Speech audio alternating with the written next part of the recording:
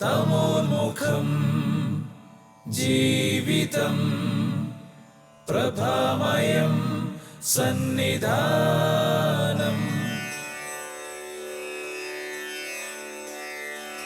ഗുരുകരണത്തിലേക്ക് സ്നേഹവന്ദനം. Master of deception എന്നൊരു പദം പറഞ്ഞാണ് നമ്മൾ കഴിഞ്ഞ വാരത്തെ ആ സ്നേഹവിചിന്തനം അവസാനിപ്പിച്ചത്. അവൻ തിന്മകളുടെ, വ്യാജത്തിൻ്റെ അച്ഛനാകുന്നു, നുണകളുടെ അച്ഛനാകുന്നു എന്നുള്ള യേശുമൊഴിയായിരുന്നു ആധാരം. ആ ഒരു വാക്കാണ് യേശു ഇങ്ങനെ തിന്മയെ സൂചിപ്പിക്കാൻ വേണ്ടി ഉപയോഗിക്കുക. തിന്മകൾ, ഈ പറയുന്ന നുണകളുടെ അച്ഛൻ. പല നുണകളും കാലാന്തരെ ശരിയെന്ന് നമ്മളെ തോന്നിപ്പിക്കുന്നത് നിശ്ചയമായിട്ടും ആ ഒരു തിന്മയുടെ സ്വാധീനം കൊണ്ട്. അതിനകത്തുനിന്ന് നമ്മളെ രക്ഷിക്കേണ്ട, പുറത്ത് കൊണ്ടുവരേണ്ട ബാധ്യതയുണ്ട് അവിടത്തേക്ക്. അതുകൊണ്ടാണ് ക്രിസ്തീയ സങ്കല്പങ്ങളിൽ, ക്രിസ്തീയ പാഠങ്ങളിലൊക്കെ 1 കൊരിന്ത്യർ 13 വളരെ പ്രധാനമായിട്ട് നമ്മൾ കരുതുന്നത്. ഒത്തിരി സ്നേഹത്തിൻ്റെ വ്യാജങ്ങളിൽ പെട്ടുപോയ പ്രാണനെ പുറത്തു കൊണ്ടുവരാനായിട്ട് സഹായിക്കുന്ന ഒരു പാഠഭാഗമാണ് നമ്മൾ ഒരുമിച്ച് പ്രാർത്ഥിക്കുകയും വായിക്കുകയും ചെയ്തുകൊണ്ടിരിക്കുന്നത്. അതിനകത്ത് സ്നേഹം സത്യത്തിൽ ആനന്ദിക്കുമെന്ന് പറഞ്ഞൊരു കാര്യമാണ് നമ്മൾ പറഞ്ഞ് അവസാനിപ്പിച്ചത്. കുറച്ചുകൂടി കൊച്ചുവർത്താനങ്ങൾ അതിന് മീതെ എന്ന് പറഞ്ഞ് ഒരു പ്രാർത്ഥനയിൽ നമുക്ക് ഈ ഒരു വിചാരം അവസാനിപ്പിക്കാമെന്നാണ് കരുതുക. 2 തരത്തിൽ വീട് പണിയാമെന്നാണ് യേശു പറഞ്ഞിട്ടുള്ളത്. 1 മണലിൽ പണിയുക, 2 പാറമേൽ പണിയുക. എന്നും മാനവരാശിയുടെ മുമ്പിൽ അവസാനത്തെ മനുഷ്യരുള്ളിടത്തോളം കാലം ആ സാധ്യത നിലനിൽക്കുന്നുണ്ട്. മണ്ണെന്ന് പറയുന്നത് അമിത വൈകാരികതയാണ്. നിർഭാഗ്യവശാൽ ഈ അമിത വൈകാരികത മണൽപ്പുറത്താണ് 199 പേരും അവരുടെ വീട് പണിതിരിക്കുന്നത്. സ്വാഭാവികമായിട്ട് ഒരു കാറ്റിനെയും കോളിനെയും അതിജീവിക്കാനുള്ള ബലം അതിനകത്തില്ല. ഏറ്റവും ചെറിയ ഒരു ചാറ്റമഴയത്ത് പോലും, ഏറ്റവും ചെറിയ ഇളങ്കാറ്റിൽ പോലും അത് കുതിർന്നോ തകർന്നോ പോയേ പറ്റൂ. ഇത്രയും വൈകാരികതകൾ സ്നേഹം അർഹിക്കുന്നുണ്ടോ എന്നുള്ളത് ഒരു പഠന വിഷയമാക്കേണ്ട ഒരു വിചാരമാണ്. നമ്മളതാണ് സ്നേഹമെന്ന് പലപ്പോഴും തെറ്റിദ്ധരിച്ചുകൊണ്ടിരിക്കുക. ഡിമെല്ല പറയുന്ന ഒരു കഥ കണക്കാണ്. ഒരു കുട്ടിക്ക് വളരെ പ്രിയപ്പെട്ടൊരു ആമ ഉണ്ടായിരുന്നു. ഒരു അക്വേറിയത്തിൽ വളർന്നൊരു ആമ. ഒരു ദിവസം ഈ ആമ ഇങ്ങനെ ചത്തുമലർന്ന് കിടക്കുക. സ്വാഭാവികമായിട്ട് കുട്ടി വാവിട്ട് കരയുന്നു. അവൻ്റെ കരച്ചിൽ കണ്ടിട്ട് അപ്പം പറഞ്ഞു, എന്തായാലും നമുക്ക് ഇതിന് പ്രാണം തിരിച്ചു കൊടുക്കാനാവില്ല. ഒരു കാര്യം ചെയ്യാൻ നമുക്കതിന് വളരെ ഉചിതമായൊരു സംസ്കാരം കൊടുക്കാം. എന്നിട്ടൊരു ഫ്യൂണറൽ സർവീസിൻ്റെയൊക്കെ ഒരു രീതിയിൽ ചെറിയ കുഴിയൊക്കെ കൊത്തി ഒരു പ്രാർത്ഥനയൊക്കെ ചൊല്ലി മെഴുതിരിയൊക്കെ കത്തിച്ചിട്ട് ഇതിനെ ഈ പറയുന്ന ആ കുഴിയിലേക്ക് പതുക്കെ ഇറക്കി വെക്കുമ്പോഴേക്കും പെട്ടെന്ന് അതിങ്ങനെ ജീവനുള്ള, അത് ചത്തിട്ടില്ല, മരിച്ചിട്ടില്ല, അതിങ്ങനെ ഓടി രക്ഷപ്പെടുന്നു. അപ്പോൾ ഈ കുട്ടി പുറകെ ഓടി നടന്ന് ഇങ്ങനെ അപ്പനോട് പറയുകയാണ്, അതിനെ പിടിക്കുക, അതിനെ കൊല്ല. കാരണം ആ അടക്കുക എന്ന് പറഞ്ഞൊരു കാര്യത്തിനകത്തോട്ട് ഇങ്ങനെ ഒരുങ്ങിക്കൊണ്ടിരിക്കുമ്പോൾ അതിൻ്റെ വൈകാരിക നിരക്കുന്നൊരു കാര്യമല്ല സംഭവിച്ചിരിക്കുന്നത്. കേൾക്കുമ്പോൾ വളരെ സ്റ്റുപ്പിഡായിട്ട് തോന്നാവുന്ന സ്റ്റോറി ആയിരിക്കും. പക്ഷെ ഇതിൻ്റെ പല അളവിലുള്ള, പല ഫ്രീക്വൻസിയുള്ള കാര്യങ്ങളാണ് ജീവിതത്തിൽ ആവർത്തിച്ചുകൊണ്ടിരിക്കുന്നത്. ഒത്തിരി നമ്മുടെ തന്നെ വൈകാരികതയുടെ ഇരയായിട്ടോ കരുവായിട്ടോ അടിമയായിട്ടോ ലോക്ക്ഡൗണാണ്. നമ്മളിങ്ങനെ ശരിക്കും അതിനകത്തിങ്ങനെ കൃത്യമായിട്ട് പൂട്ടപ്പെട്ടു, ലോക്ക്ഡൗൺ. ഇതിനകത്തുനിന്ന് പുറത്ത് കിടക്കണമെങ്കിൽ അവിടുന്ന് പറയാൻ ആഗ്രഹിച്ച സ്നേഹമെന്ന് പറയുന്നത് ഒരു ദർശനമാണ്, ഒരു ഫിലോസഫി ആണെന്നുള്ള ബോധത്തിലേക്ക് മനസ്സ് പ്രകാശിക്കേണ്ട വൈകിയ വേളയത്, വൈകിയാമോ ഇത്. പാറമേൽ പണിത വീടെന്നൊക്കെ പറഞ്ഞ അർത്ഥം അതാണ്. കാറ്റും കോളും ഒഴിവാക്കാനാവാത്ത ഈ ജീവിതത്തിനകത്ത് ഈ കാറ്റിനെയും കോളിനെ അതിജീവിക്കാനായിട്ടുള്ളൊരു ബലം, ഒരു നിശ്ചയദാർഢ്യം, ഒരു ആറ്റിറ്റ്യൂഡ് ഓഫ് ലൈഫൊക്കെ നമ്മുടെ സ്നേഹസങ്കല്പങ്ങൾ പുലർത്തുന്നുണ്ടോ ഇല്ല എന്നുള്ളതാണ് വിചാരം. അതുകൊണ്ടാണ് സ്നേഹം സത്യത്തിൽ ആനന്ദിക്കുന്നൊക്കെ നമ്മൾ പറയുന്നത്. സത്യം എന്ന് പറയുന്നത് കുറേ കൂടി സ്ഥായിയായ നിലനിൽപ്പുള്ളത്, സനാതനമായ ഒന്നിൻ്റെ പേരാ സത്യം. ഓരോ ദിവസവും നമ്മുടെ ആറ്റിറ്റ്യൂഡ് മാറുന്നതനുസരിച്ചിട്ട് സത്യത്തിന് മാറാനായിട്ട് പറ്റത്തില്ല. കാരണം സത്യം ഏറ്റവും ബേസിക് ആയിട്ടുള്ള ഒന്നാണ്. കാലത്തിന് മാറ്റാനാവാത്ത, എല്ലാം മാറിക്കൊണ്ടിരിക്കുന്ന കാലത്തിനകത്ത് മാറ്റമില്ലാത്ത ഒന്നിനെ വിളിക്കുന്ന വാക്കാ സത്യം. അപ്പോൾ കുറേ കൂടി ഈ സ്നേഹ സാധനയേക്കാൾ കൂടുതലായിട്ട് സത്യ അന്വേഷകരായി മാറുക എന്ന് പറഞ്ഞൊരു ബാധ്യത സ്നേഹത്തിൻ്റെ തന്നെ ഒരു ബേസിക്കായ ലെസനാണ്. ഈ സീക്കറാവുക, ബിലീവറാവുക എന്ന് പറഞ്ഞ 2 സാധ്യതയുണ്ട് എപ്പോഴും ഒരു ആചാര്യനുമായി ബന്ധപ്പെട്ട് നമ്മുടെ മുമ്പിൽ. മിക്കവാറും നമ്മൾ ഓപ്റ്റ് ചെയ്യുന്ന ഈ ബിലീവർ എന്ന് പറയുന്ന സംഭവമാണ്. ഇന്ന് അല്ലെങ്കിൽ ഇത് ജൂലൈ 4 നമ്മളിത് കേൾക്കുന്നെങ്കിൽ ജൂലൈ 3 എന്ന് പറയുന്നത് സെൻറ്റ് തോമസിൻ്റെ ദിവസമാണ്. നമ്മൾ അവിടുത്തെ അപ്പോസ്തലന്മാരിൽ ഒരാൾ ഈ മണ്ണിൽ വന്നു എന്നുള്ള നമ്മുടെ വിശ്വാസവുമായി ബന്ധപ്പെട്ടാണ് ആ ഒരു തിരുനാൾ വരുന്നത്.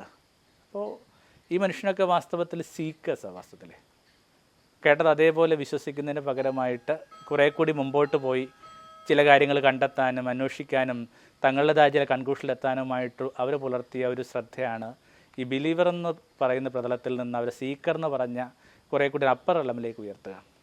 നിർഭാഗ്യവശാൽ മതം പലപ്പോഴും ഈ വിശ്വാസികളുടെ ഒരു ഹബ്ബായിട്ട് മാത്രം മാറുന്നു, അന്വേഷകരുടെ ഒരിടമായിട്ടത് പലപ്പോഴും മാറുന്നില്ല.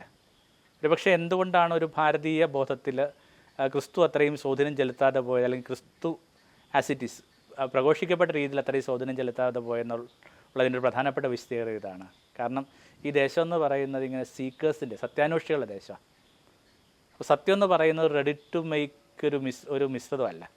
കുറച്ച് വെള്ളം ചൂടാക്കി പതുക്കെ എന്ത് ചെയ്യുന്നുണ്ട്, പൊട്ടിച്ചുണ്ടാക്കി കഴിയുന്ന ഒരു മിശ്രിതം ഉണ്ടല്ലോ, റെഡി ടു ഈറ്റ് മിശ്രിതം എന്നൊക്കെ നമ്മൾ പറയുന്ന ഒന്നല്ല സത്യം. അത് കുറച്ച് വ്യക്തിപരമായ ചില അന്വേഷണങ്ങൾ കൊണ്ടും അലച്ചിലുകൾ കൊണ്ടും തകർച്ചകൾ കൊണ്ടും ഇടർച്ചകൾ കൊണ്ട് ഒക്കെ കൂടി എത്തിച്ചേരേണ്ട ഒരു തുരുത്താണ്.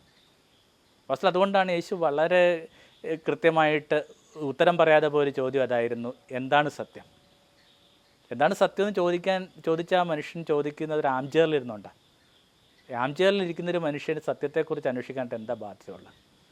എന്തെങ്കിലും തരത്തിൽ അലയാൻ ശ്രമിക്കാത്തൊരു മനുഷ്യൻ, എന്തെങ്കിലും തരത്തിൽ കുറേ കൂടി എക്സ്പോസ്ഡ് ആകാനായിട്ട് ശ്രമിക്കാത്ത മനുഷ്യർ, എന്തെങ്കിലും തരത്തിൽ മനുഷ്യാവസ്ഥയുമായിട്ട് ബന്ധപ്പെട്ട് ചില കാര്യങ്ങൾ കണ്ടെത്താൻ താല്പര്യമില്ലാത്ത മനുഷ്യർ, ഏതെങ്കിലും തരത്തിലൊക്കെ തങ്ങളുടേതായ ഈ പറഞ്ഞ കംഫർട്ട് സോണിൽ കുരുങ്ങിപ്പോയ മനുഷ്യർക്ക് സത്യമെന്ന് പറഞ്ഞ പദം ഉച്ചരിക്കാനായിട്ട് അവകാശമില്ല. അതുകൊണ്ട് യേശു ആ ചോദ്യത്തെ ഡിസ്കാർഡ് ചെയ്യുക. അത് കൃത്യമായി പറഞ്ഞെന്നാൽ വേറൊരു മനുഷ്യനാണ് അത് ചോദിച്ചിരുന്നെങ്കിൽ ഒരുപക്ഷെ നമുക്ക് കൃത്യമായിട്ടുള്ള ഉത്തരം കിട്ടിയേനെ. പക്ഷെ അവിടെ വെറുതെ യേശു നിശബ്ദനാവുകയാണ്, വെറുതെ അന്തരീക്ഷത്തിലേക്ക് പാളിപ്പോവുകയാണ് ആ ചോദ്യം, എന്താണ് സത്യം? അപ്പോൾ സത്യത്തിന് പിന്നിൽ കൊടുക്കേണ്ടി വരുന്ന വലിയ വിലയുണ്ട്. സ്നേഹം വൈകാരികമായിട്ട് തെറ്റിദ്ധരിച്ച മനുഷ്യർക്ക് നിശ്ചയമായിട്ടും സത്യത്തിന് പിന്നാലെ പോകാനായിട്ടുള്ള ഊർജ്ജമോ ആഭിമുഖ്യമോ ധൈര്യമോ ഇല്ല. പക്ഷേ സത്യത്തിന് അതിൻ്റേതായ ഒരു ആനന്ദമുണ്ട്. നമ്മൾ ഈ വൈകാരികതയല്ല സ്നേഹമെന്ന് യേശു പഠിപ്പിക്കുന്ന ഒന്ന് രണ്ട് മുഹൂർത്തങ്ങളൊന്ന് എടുത്തു കഴിഞ്ഞാൽ നല്ല വാസ്തവത്തിൽ അതിൽ ഏറ്റവും പ്രധാനപ്പെട്ടത് യേശു തൻ്റെ പീഡാനുഭവത്തെക്കുറിച്ച് പറയുന്നൊരു ദിവസമാണ്.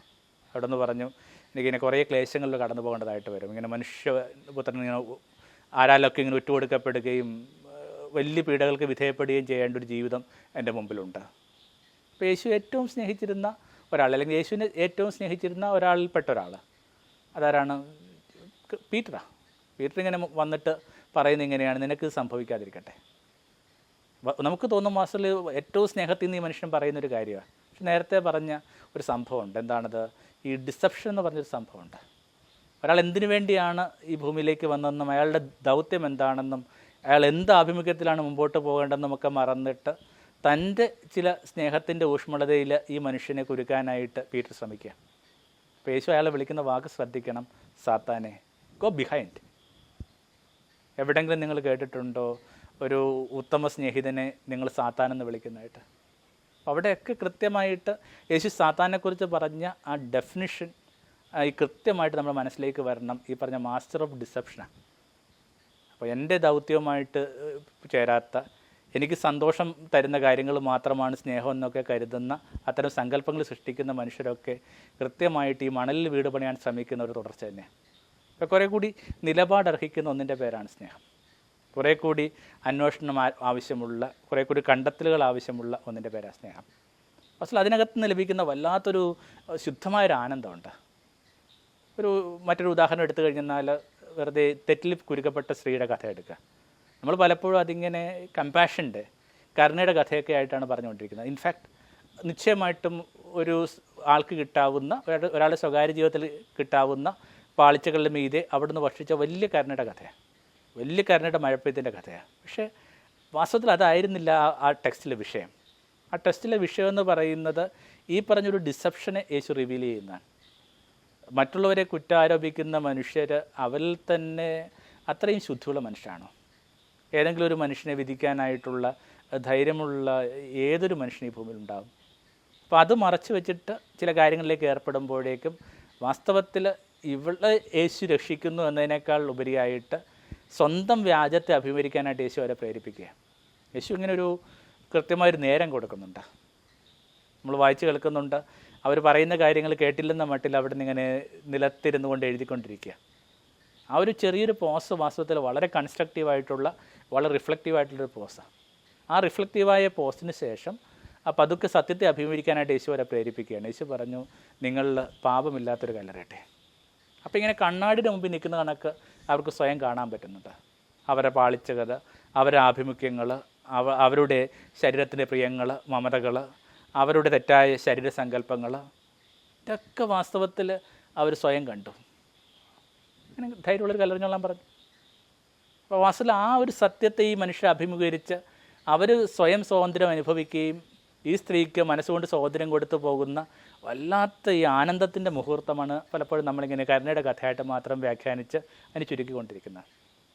അപ്പോൾ ഏതെങ്കിലും ഒരു ഘട്ടത്തിൽ വെച്ചിട്ട് ഈ ഫേസ് യുവർ മ്യൂസിക് എന്ന് പറയുന്ന ഒരു ഫ്രേസുണ്ട്. അവനവൻ്റെ സംഗീതത്തെ അഭിമുഖീകരിക്കേണ്ട ബാധ്യതയുണ്ട്. ഒത്തിരി കഥകൾ ആ ഫ്രേസുമായിട്ട് ബന്ധപ്പെട്ടുണ്ട്. പൊതുവെ പറയുന്ന ഒരു കഥ ഇങ്ങനെയാണ്, വലിയ ഒരു ഓർക്കസ്ട്രയാണ്. ആ ഓർക്കസ്ട്രയ്ക്കകത്ത് എങ്ങനെയോ എന്ത് ചെയ്യുന്നുണ്ട്, കാര്യമായിട്ട് ഈ വാദ്യോപകരണങ്ങൾ വായിക്കാൻ പറ്റാത്ത ഒരാൾ വന്ന് പെടുക. സ്വാഭാവികമായിട്ട് അയാൾക്ക് വലിയ ബുദ്ധിമുട്ട് വരുന്നില്ല. കാരണം ഇത്രയും പേര് താളത്തിൽ ഏർപ്പെടുമ്പോൾ, സംഘമായിട്ട് ഇങ്ങനെ വാദ്യങ്ങൾ വായിച്ചുകൊണ്ടിരിക്കുമ്പോൾ ഒരാൾക്ക് കാര്യമായിട്ട് അതിനകത്ത് ഒരു വ്യക്തത ഇല്ലെന്നതിൻ്റെ പേര് വലിയ ബുദ്ധിമുട്ട് അനുഭവപ്പെടില്ല. പക്ഷെ ഒരു ഘട്ടം വരുന്നുണ്ട്. ഈ ഒരു ദിവസം രാജാവ് പറയുകയാണ്, എനിക്കിങ്ങനെ ഓരോരുത്തരെയും അവരവരുടെ ഇൻസ്ട്രുമെൻ്റായിട്ട് കേൾക്കണം. അങ്ങനെ വരുമ്പോൾ ഈ മനുഷ്യൻ കുരുങ്ങിപ്പോവുകയാണ്. അയാൾ ഈ സ്വയഹത്യയിൽ തൻ്റെ ജീവിതം അവസാനിപ്പിച്ചെന്ന് പറയുന്ന ഒരു കഥയിൽ നിന്നാണ് ഈ ഫേസിങ് ദ മ്യൂസിക് എന്ന് പറഞ്ഞൊരു ഫ്രേസ് ഉണ്ടാകുന്നത്. ഏതെങ്കിലും ഒരു ഘട്ടത്തിൽ വെച്ചിട്ട് ഈ അവനവനെ തന്നെ അഭിമുഖീകരിക്കുമ്പോൾ ഉണ്ടാകുന്നൊരു ആനന്ദമുണ്ട്. സ്വാഭാവികമായിട്ട് അതിന് ശേഷം വല്ലാത്തൊരു സ്വാതന്ത്ര്യമുണ്ട്. സത്യത്തെക്കുറിച്ച് യേശു പറയുന്ന 1-2 മൊഴികൾ മതിയല്ലോ സത്യവുമായി ബന്ധപ്പെട്ട് മുമ്പോട്ട് പോകാൻ നമുക്ക് ലഭിക്കുന്ന ഊർജ്ജമായിട്ട് എടുക്കാനായിട്ട്. എന്താണത്? സത്യം നിങ്ങളെ സ്വാതന്ത്ര്യമാക്കും. വാസ്തവത്തിൽ ഈ അവനവനെ തന്നെ അഭിമുഖീകരിക്കുന്നൊരു മനുഷ്യൻ, അവനവൻ്റെ സത്യത്തെ തിരിച്ചറിയുന്ന മനുഷ്യൻ, ലോകത്തിൻ്റെ സത്യത്തെ അക്സെപ്റ്റ് ചെയ്യുന്നൊരു മനുഷ്യൻ, പെർമനൻ്റ് ആയിട്ടുള്ള ചില കാര്യങ്ങളുമായി ബന്ധപ്പെട്ട് നിൽക്കുന്നൊരു മനുഷ്യൻ, അയാൾ അനുഭവിക്കുന്നിടത്തോളം ആനന്ദം മറ്റൊരാൾ അനുഭവിച്ചിട്ടില്ല. അപ്പോൾ സ്നേഹം എന്നൊരു കാര്യത്തെ നിങ്ങൾ ഗൗരവമായിട്ട് എടുക്കുന്നുണ്ടെങ്കിൽ അതിനകത്തൊരു സത്യാന്വേഷണത്തിൻ്റെ കഥയുണ്ട്. എല്ലാ സ്നേഹാന്വേഷണ പരീക്ഷകളും, എല്ലാ സ്നേഹാന്വേഷണ യാത്രകളും വാസ്തവത്തിൽ സത്യാന്വേഷണ പരീക്ഷകളും സത്യാന്വേഷണ യാത്രകളുമാണ്. കുറേ കൂടി ട്രൂ ആയ, ജെനുവിനായ, മാറ്റമില്ലാത്ത ഒരു കാര്യവുമായിട്ട് ബന്ധപ്പെട്ട് നിൽക്കാൻ പറ്റുമോ, ജീവിക്കാൻ പറ്റുമോ എന്നുള്ള ക്ഷണമാണ് വാസ്തവത്തിൽ ഓരോ സ്നേഹാനുഭവവും നിങ്ങളുടെ മുമ്പിൽ ഉയർത്തുന്ന ഏറ്റവും വലിയ പ്രശ്നം. അതുകൊണ്ട് തന്നെയാണ് ചെറിയ ചെറിയ പാളിച്ചകളിൽ പോലും നമ്മൾ മനുഷ്യർ ഡിസോൺ ചെയ്യുന്നത്.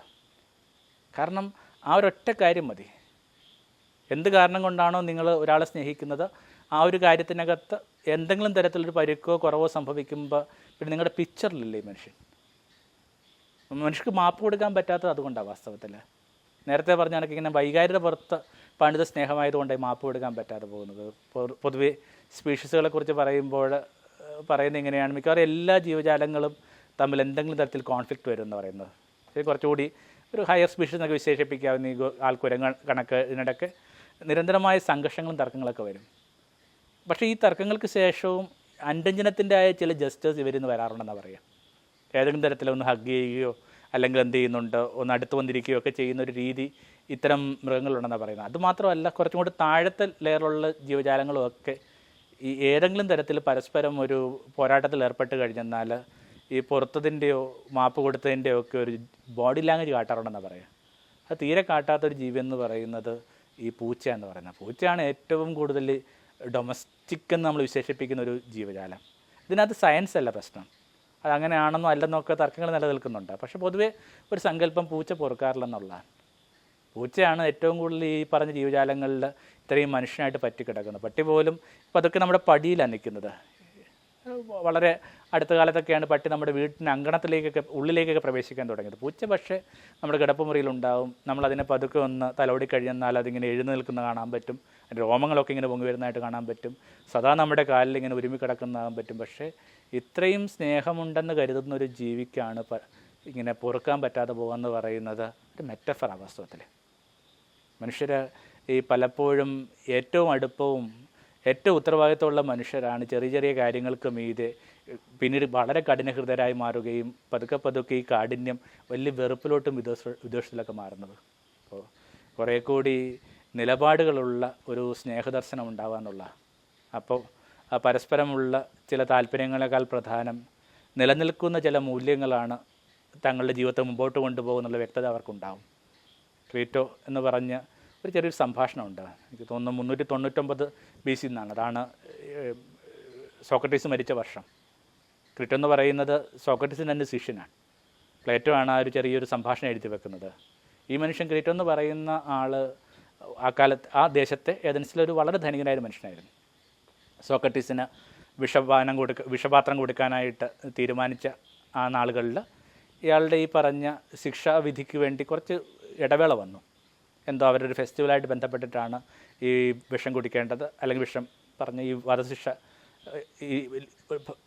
ഈ വധശിക്ഷയിൽ ഇയാൾ ചെന്ന് ചാടേണ്ടത്.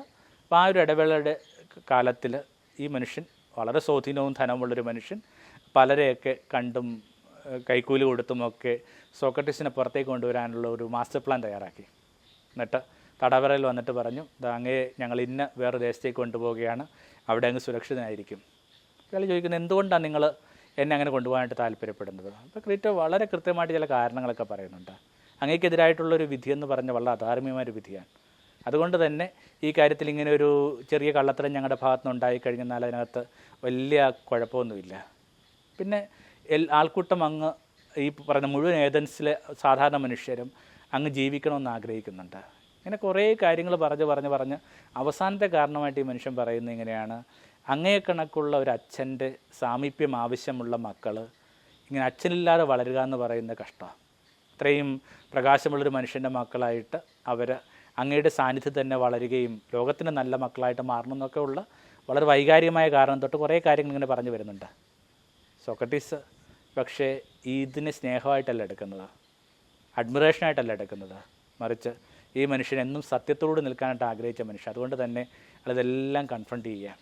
അയാൾ പറയുന്നു, ഇങ്ങനെ ഒരു അധർമ്മം ചെയ്തു എന്നുള്ളത് ചിലപ്പോൾ ശരിയായിരിക്കാം, പക്ഷേ അധർമ്മത്തെ നേരിടുന്ന മറ്റൊരു അധർമ്മം കൊണ്ടാണെങ്കിൽ ഞാൻ പിന്നീട് വരും കാലങ്ങളിൽ എൻ്റെ കുട്ടികളോട് എന്ത് പറഞ്ഞു കൊടുക്കും? ഇങ്ങനെ ഓരോ കാരണങ്ങളും എടുത്തിട്ട് ഈ മനുഷ്യൻ അതിനകത്തുള്ള നേരിനെ കാണിച്ചു കൊടുക്കുക. ഈ നേര് കണ്ടെത്തുക എന്നുള്ള പ്രധാനം.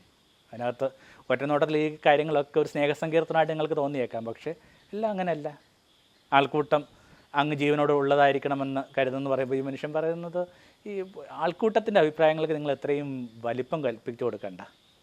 ഒരു കായിക താരത്തിന് എന്താ ആവശ്യമുള്ളതെന്ന് അയാളുടെ വൈദ്യന് അറിയാൻ പറ്റുന്നത്, അയാൾക്കൊരു പരിക്ക് പറ്റിക്കഴിയുന്നാൽ, അല്ലാതെ സ്റ്റേഡിയത്തിൽ ഇരുന്നു കൊണ്ട് ആരവം മുഴക്കുന്ന കാണികളല്ല.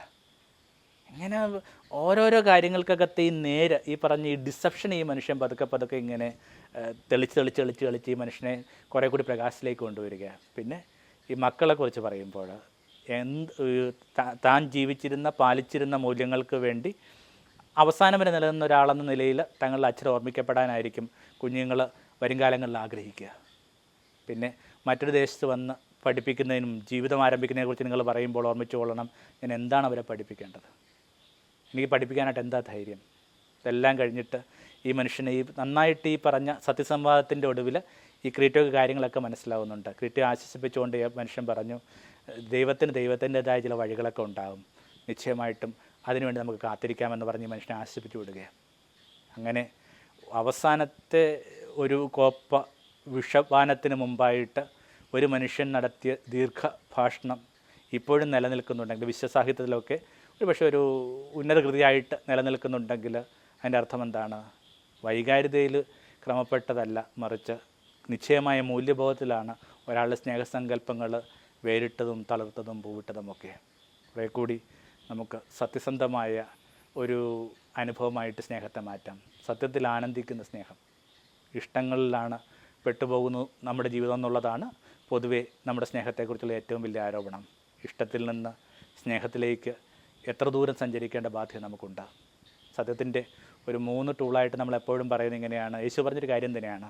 അത് പറഞ്ഞ് നമുക്കിത് പ്രാർത്ഥനയിൽ അവസാനിപ്പിക്കാവുന്നേ ഉള്ളൂ. എന്താണത്? സത്യം കണ്ടെത്തണമെങ്കിൽ ആ 3 എലമെൻറ്റ്സ് ആവശ്യമുണ്ട്. ആസ്ക്, സീക്ക്, നോക്ക്. ഒരു സ്നേഹത്തിലൊക്കെ ഈ സത്യാന്വേഷണം കൂടി ഉള്ളൊരു സ്നേഹ ഭാവന ഉണ്ടാവട്ടെ. ആസ്ക്, ഇങ്ങനെ ചോദിക്കുക. ഓരോ കാര്യങ്ങൾക്കകത്തും അവനവനോട് തന്നെ ചോദിക്കുക. നമ്മൾ ഈ കരുതുന്നതൊക്കെ സ്നേഹമാണോ? നമ്മൾ കാട്ടുന്ന ഈ ഓരോരോ കാര്യങ്ങൾ, നമ്മൾ പുലർത്തുന്ന ചില ശാഠ്യങ്ങൾ, നമ്മൾ പുലർത്തുന്ന പൊസസീവ്നെസ് തുടങ്ങിയ കാര്യങ്ങൾക്ക് സ്നേഹമാണ്. ആസ്ക്, അവനവനോട് തന്നെ ചോദിക്കുക എന്ന് പറഞ്ഞ പ്രക്രിയയിലാണ് ഞാനിത് ഈ ഒരു കോൺടെക്സ്റ്റിൽ വായിക്കാനായിട്ട് ആഗ്രഹിക്കുന്നത്. പിന്നെ സീക്ക്, നിലനിൽക്കുന്ന ഒരു സ്നേഹത്തിന് വേണ്ടി അന്വേഷിച്ച് പോവുക. ഈ പറയുന്ന ഏറ്റവും ചെറിയ ചാറ്റമഴയിൽ പോലും ഉടഞ്ഞു പോകുന്ന മണൽ വീടുകളല്ല നിലനിൽക്കുന്നെന്ന്. പിന്നെ നോക്ക്. ഇതൊക്കെ പഠിപ്പിച്ചു തരേണ്ട ഒരാളുണ്ട്. അത് ഈ വിശ്വപ്രകൃതിയാണ്. കുറച്ചുകൂടി കൃത്യമായിട്ട് പറഞ്ഞെന്നാൽ നമ്മൾ ഈശ്വരൻ എന്ന് പറഞ്ഞ് വിളിക്കുന്ന ആ പരമചൈതന്യം, ആ പരമചൈതന്യത്തിൻ്റെ കാൽപാദങ്ങളിരിക്കുമ്പോൾ മാത്രമേ എന്താണ് സ്നേഹം നമുക്ക് വ്യക്തത കിട്ടത്തുള്ളൂ. അപ്പോൾ സ്നേഹാന്വേഷണങ്ങൾക്കും ഈ 3 ചുവടുകൾ കുറേ കൂടി അഗാധമാക്കാനായിട്ട് ഈ 3 ചുവടുകളെ കുറച്ചുകൂടി ഗൗരവമായിട്ട് എടുക്കാമെന്ന് വിചാരിക്കുന്നു. ആസ്ക്, സീക്ക് ആൻഡ് നോക്ക്. ആമേൻ. തമോന്മുഖം ജീവിതം പ്രഭാമയം സന്നിധാനം.